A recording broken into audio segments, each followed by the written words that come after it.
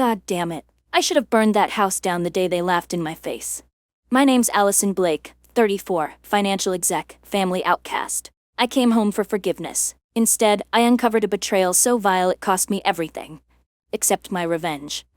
And trust me, when I finally smiled again, they were the ones on their knees.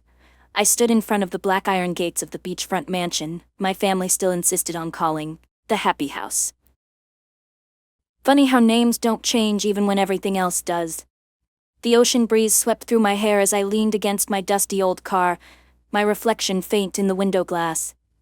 My eyes were tired, but something stubborn still flickered in them. 4 hours of driving and 2 near panic attacks had brought me here. And for what? A hug? A smile? Or maybe, just maybe, a single moment where I wouldn't feel like a stranger in my own family. Was that too much to hope for? The mansion looked exactly the same. White stone walls, blue-tiled roof, the wraparound porch with that one creaky step Dad always meant to fix. The same steps Madison and I used to race up barefoot, sand still clinging to our feet, laughing until our sides hurt. Now, I wasn't even sure she'd open the door. I straightened my back and ran my hand through my hair, trying to smooth away the exhaustion. I looked like someone who hadn't slept in weeks, which was true. Between rent, freelance gigs, and replaying every bitter memory in my head, sleep had become a luxury I couldn't afford. The gate buzzed. Someone had seen me. Then her voice came, light, mocking, dipped in sugar. "Oh wow, Allison, you actually made it." Madison. I stepped through the open gate and followed the sound of clinking glasses and laughter coming from the backyard.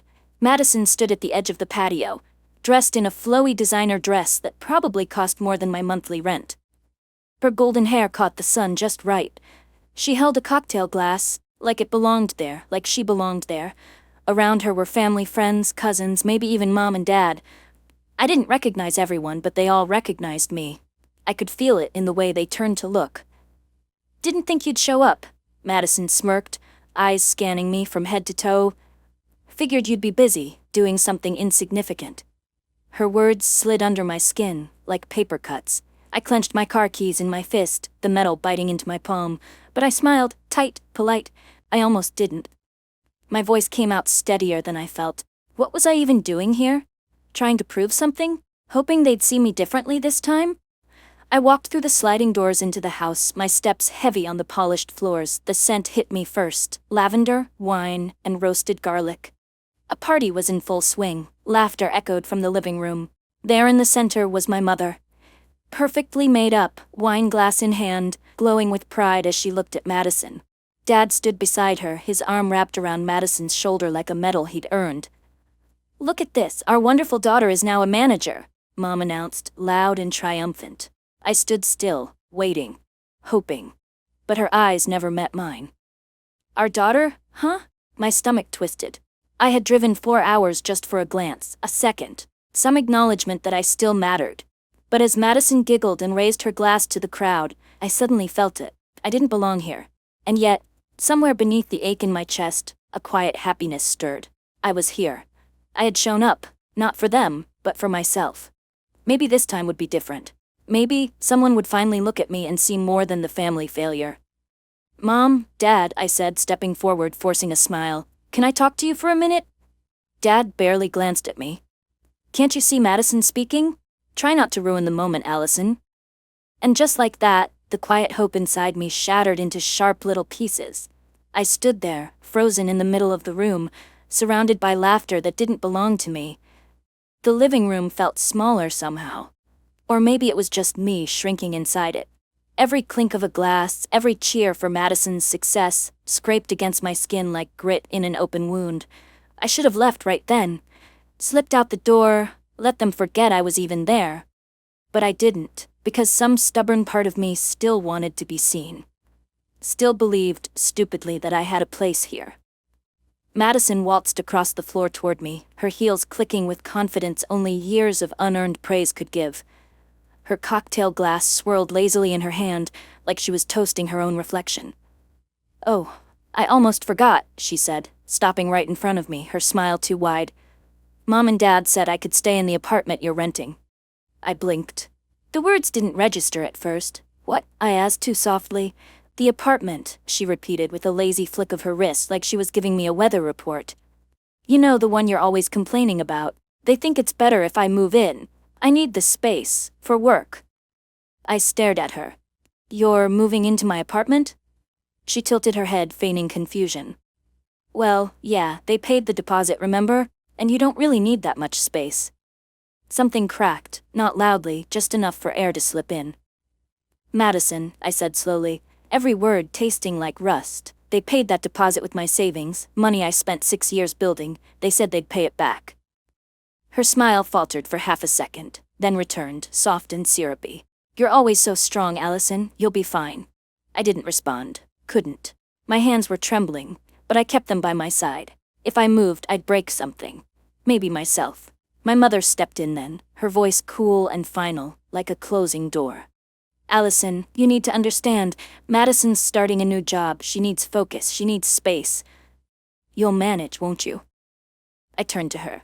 My mother, the woman who once packed my lunches, braided my hair, said I could be anything. Her face was blank. Worse than angry, indifferent. You gave her my apartment. She blinked. Technically, it was never just yours. The ache that had been simmering inside me rose like a tide, but I didn't cry. Not yet. I turned to look at the room again. The polished floors, the gleaming windows, the faces that once surrounded birthday cakes and beach day sandwiches. Now those same faces were clinking glasses without a thought for the girl in the corner, the disappointment, the extra. The one who always showed up too much or not enough. I stepped back, feeling the floor tilt beneath me. I need air, I mumbled, my voice cracking at the edges. As I reached the front door, my father's voice floated after me. Flat, careless. Don't make this dramatic, Allison. But it wasn't drama, it was reality. And for the first time, I was seeing it clearly. Outside, the ocean wind slapped my cheeks, sharp with salt. I leaned against the porch railing, gripping it until my knuckles turned white. They'd taken everything, the home I loved, the money I'd earned, now even the roof over my head. How much more could they take? One question kept circling my mind, tight and relentless. Why am I always the one who has to lose? But something deep inside me stirred then, not sadness. Resolve. If they thought I was going to fade quietly into the background again, they didn't know me at all. I didn't remember much of the drive back. The road curved along the coastline, but I didn't see the ocean, just concrete and blur. My hands gripped the steering wheel too tight, knuckles aching, jaw clenched so hard I thought it might crack. By the time I reached the apartment, my apartment, at least for a few more days, I felt hollow. Like whatever had held me together had been scraped clean by my family's indifference. I didn't bother turning on the lights, just dropped my bag by the door and sank onto the couch, staring into the dark. A soft buzz broke the silence. My phone. I didn't recognize the number. I almost didn't pick up. Hello? Allison? A voice I hadn't heard in 3 years. Rougher now. Tired. Luke? I sat up straight, suddenly alert. Can you meet me? He said, urgency threading through every word. Corner of Market and Pine. I wouldn't call if it wasn't serious. What's going on? Just come. Please. It's about Madison. Her name hit me like a slap. I almost hung up, but something in his voice stopped me. 10 minutes later, I was walking into a small, half-empty cafe, its lights flickering like they couldn't decide whether to stay on or give up. Luke was in the corner booth, hoodie up, a coffee cup untouched in front of him. He looked like a man who hadn't slept in days. You look terrible, I said as I sat across from him. Nice to see you too. He managed a half smile, then shook his head. Allison, there's no easy way to say this. I waited. Madison took out a personal loan, he said, eyes locked on mine. In your name, $60,000. The world didn't spin, it stopped. What? I whispered, my hands going cold. No, that's not possible. She doesn't even... She forged your signature, Luke said, pulling out a folder. Used your ID, your credit. I work at the firm that flagged it, that's why I recognized it. She used your money for the down payment on that apartment, not Mom and Dad's. Yours. I stared at the documents he slid across the table. My name, my fake signature, my entire chest ached. And my parents, I asked, though I already knew the answer. Luke's jaw tightened. They knew, they helped her file it. I couldn't breathe. The betrayal wasn't just hers, it was theirs. The people who raised me, clothed me, called me strong, just so they could lean harder on me. They had stood by and watched my life get torn apart, and handed her the scissors. I stood abruptly, the chair screeching behind me. I need to go. Allison, thank you, I said sharply, grabbing the folder. But I can't sit here and listen to any more of this. As I rushed outside, the cold air wrapped around me like a slap.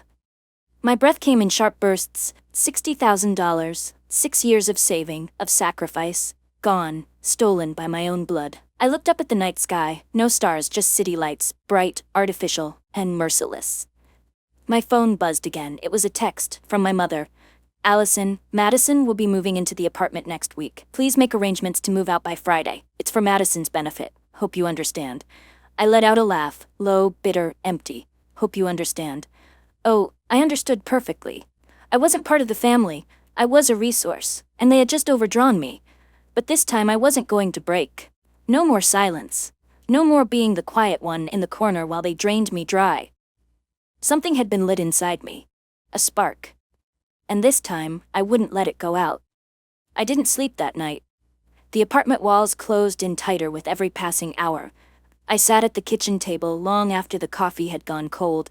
Luke's folder still open in front of me, filled with pages of betrayal written in my name. The savings I worked 6 years for, gone. My apartment, taken. My parents, silent accomplices. I wanted to scream. I wanted to call them and ask, how could you? But I already knew the answer. Because Madison needed it. Because I didn't matter. At 3:17 a.m., I opened my laptop. The same way they played me like I was disposable. I was going to play the one card they never expected me to hold. Power. I logged into my corporate email. Last month I'd quietly filed paperwork to form a small real estate LLC. It was just an idea then. Something to do while I picked up freelance work. But now it was my shield. I called Lucas first thing in the morning. Can you do me a favor? I asked, my voice steady despite the storm inside me. Name it. I want to buy the beach house. There was a long pause on the other end. Are you sure? Dead sure, Lucas hesitated. That's going to cost. I know what it'll cost. I cut him off. But I'm not letting it go to someone else, not when I'm the one who paid for the roof repairs. The insurance after Madison nearly burned the kitchen down. The new porch they all brag about, that was my bonus check from Westfield. I paused, taking a breath that didn't steady me. They want to sell it? They have no choice, Lucas said quietly. They're in debt. Madison got denied for another loan. They owe over $100,000 to the bank. I closed my eyes. Of course, when the gold started to rust, they were quick to abandon it. I want the purchase made under my company's name, I said. They won't know it's me. You don't want them to know? I smiled, but it didn't reach my eyes. Not yet. Lucas exhaled. Got it. I'll take care of everything. I leaned back in the chair, the first flicker of calm settling into my bones. Let them keep planning their next party. Let Madison keep toasting herself in the mirror. I would wait. And when the day came that they realized they no longer owned the house they built their lives in, I would be there. I clicked open the real estate documents Lucas sent. In the top corner, the name of the LLC. New Haven Properties. Fitting. Because this wasn't about reclaiming a building. It was about building something new, with my name on the foundation, not buried in the walls. Later that afternoon, I received an email. Subject, Blake family reunion this weekend. Dear Allison, we're hosting a family reunion this weekend at the beach house. Madison will be organizing. Due to limited seating, unfortunately, we're unable to include you this time. Hope you understand. Love, Mom. That phrase again. Hope you understand. I stared at the screen, expressionless. Understand? Oh, I did. More than they could ever imagine. And when the time was right, they'd understand something too. They never should have underestimated me. 3 weeks passed. Long enough for the paperwork to clear. Long enough for the house deed to arrive in a heavy envelope with my name, my company's name, embossed in gold at the top. I didn't frame it, I didn't need to. I memorized every word. The reunion was set for Saturday. I heard nothing more from my mother. Not a call, not a message. Just silence. Like I had never existed. Let them keep pretending. Let them gather their guests and their champagne and their curated lies. Because today I wasn't showing up as the failure. I was showing up as the owner. The morning air was crisp as I pulled up in front of the beach house. The same white stone walls, the same blue-tiled roof, gleaming under the sun. But this time, something was different. Me. I wore a cream-colored dress, pearl earrings, heels that clicked confidently across the porch floor. My hair was pulled back in a neat bun. I looked like someone who belonged, not just here but anywhere. At precisely noon the cars started arriving. Madison was the first to step out, dragging her oversized suitcase like a crown on wheels. She looked up and blinked when she saw me by the door. "Sis," she chirped, lips parting in surprise. "You're here for the reunion too?" I tilted my head slightly, smiling. "Oh, of course, I had to be here to welcome everyone." Before she could answer, my parents appeared behind her. My mother was wrapped in that faux fur coat she wore to prove a point. My father trailed behind, shoulders slumped slightly, eyes already scanning the property like he was checking on his kingdom. Their steps slowed when they saw me. "Allison?" my mother asked. "Why are you here?" I stepped forward, calm and measured. "Why am I here?" I echoed softly. "I'm just here to greet the guests. After all, it's not every day I get to see a party thrown in my house." Madison laughed. "What are you talking about?" I reached into my coat and pulled out the folder. Slowly, I opened it and handed it to her. "This is the updated ownership certificate. The house was purchased 3 weeks ago by New Haven Properties."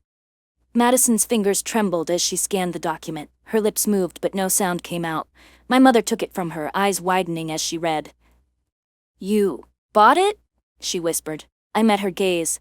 "With the money you let Madison steal, with the savings you said I didn't need, with the strength you pretended not to see." Madison's face flushed red. "This is a joke, right?" she hissed. "You think this is some kind of revenge stunt?" I stepped closer, just enough for her to see the steel in my eyes. "No, this isn't revenge, this is reality. You took everything from me, and I let you, until now." My mother's voice cracked. "Allison, this house, it's where we made our childhood memories. How could you—" "Do you remember those memories, Mom?" I asked.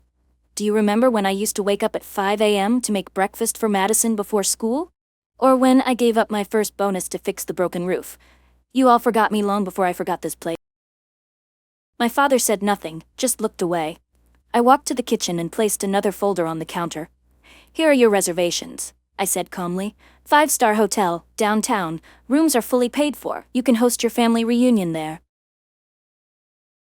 My mother stared at me like she didn't recognize me. Maybe she didn't. Maybe this version of me, the one who stopped begging, was a stranger. Madison stepped forward, voice shaking with fury. "You're a monster." I gave her a cold smile. "No, Madison, I'm the product of your making, and this is just the beginning." 3 months later, the skyline of Hong Kong shimmered outside my balcony window, skyscrapers glowing like stars against a velvet night. I stood barefoot, holding a glass of tea, breathing in the sea breeze. This was my life now. International vice president, new apartment, peaceful evenings. No one yelling my name, no one draining my energy, just stillness. My phone buzzed on the table. I glanced over. Madison. I hesitated, then answered. "Hey, Allison," she said, her voice quieter now, softer, more grounded. "I just wanted to tell you, I got a job." I smiled despite myself. "Really?" "Yeah," she said, a little stronger now. "Marketing assistant. Not glamorous, but I applied by myself. No lies, no fake degrees, just me."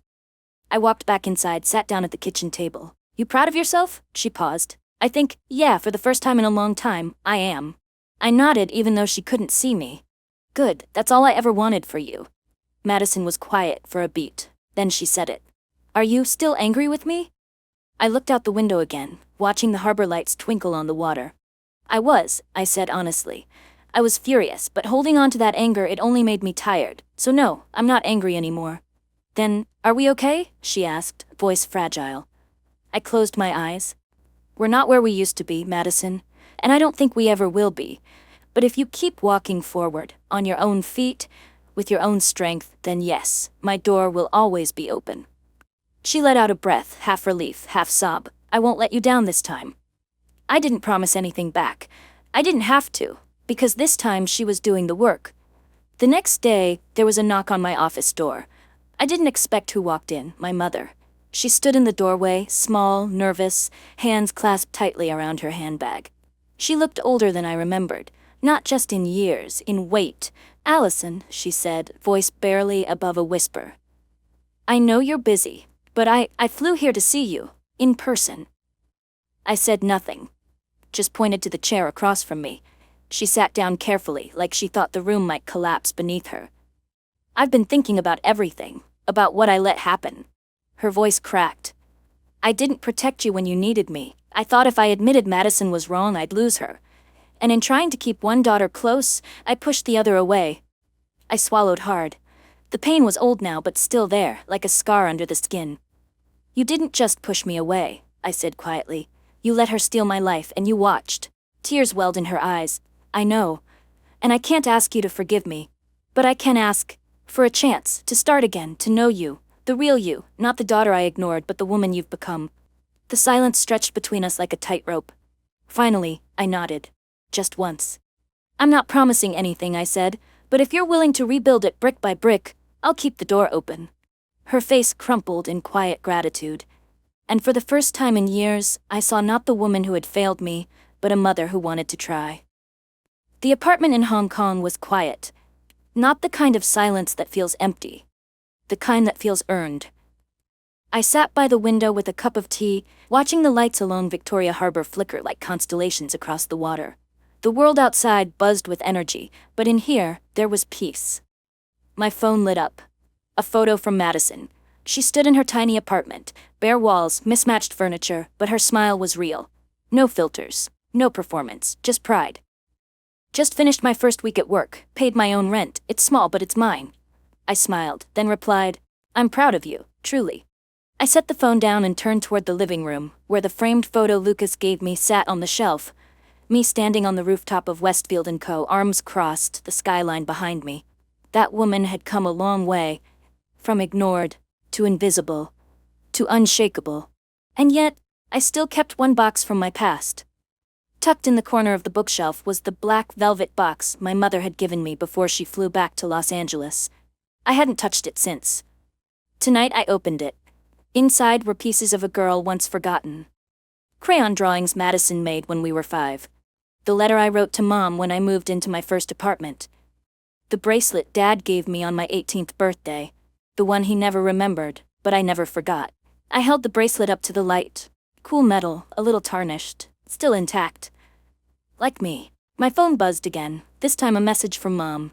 Thinking of visiting in the spring. If you're open to it, I'd love to walk beside you in your city. No pretending, just me and you. Let me know. I didn't reply right away. I just sat with it. Let it breathe. Maybe this was how healing worked. Not in grand apologies, but in small, quiet steps toward each other. I closed the box, returned it to the shelf. Tomorrow, I had meetings with the board, investors flying in from Tokyo, a merger to finalize. But tonight, I was still. Not racing to prove anything, not craving to be seen, because I had finally seen myself. I walked to the balcony and looked up. The sky stretched open, free, vast, endless. I thought back to the girl who once stood outside the happy house, hoping someone would choose her. She was gone now. In her place stood a woman who chose herself. I picked up my phone again and typed a single message to my mother. Let me know when you book the flight. The door's still open. I'll be waiting. Then I placed the phone down, took a long breath, and smiled. Not because I'd won, not because they'd changed, but because I finally had.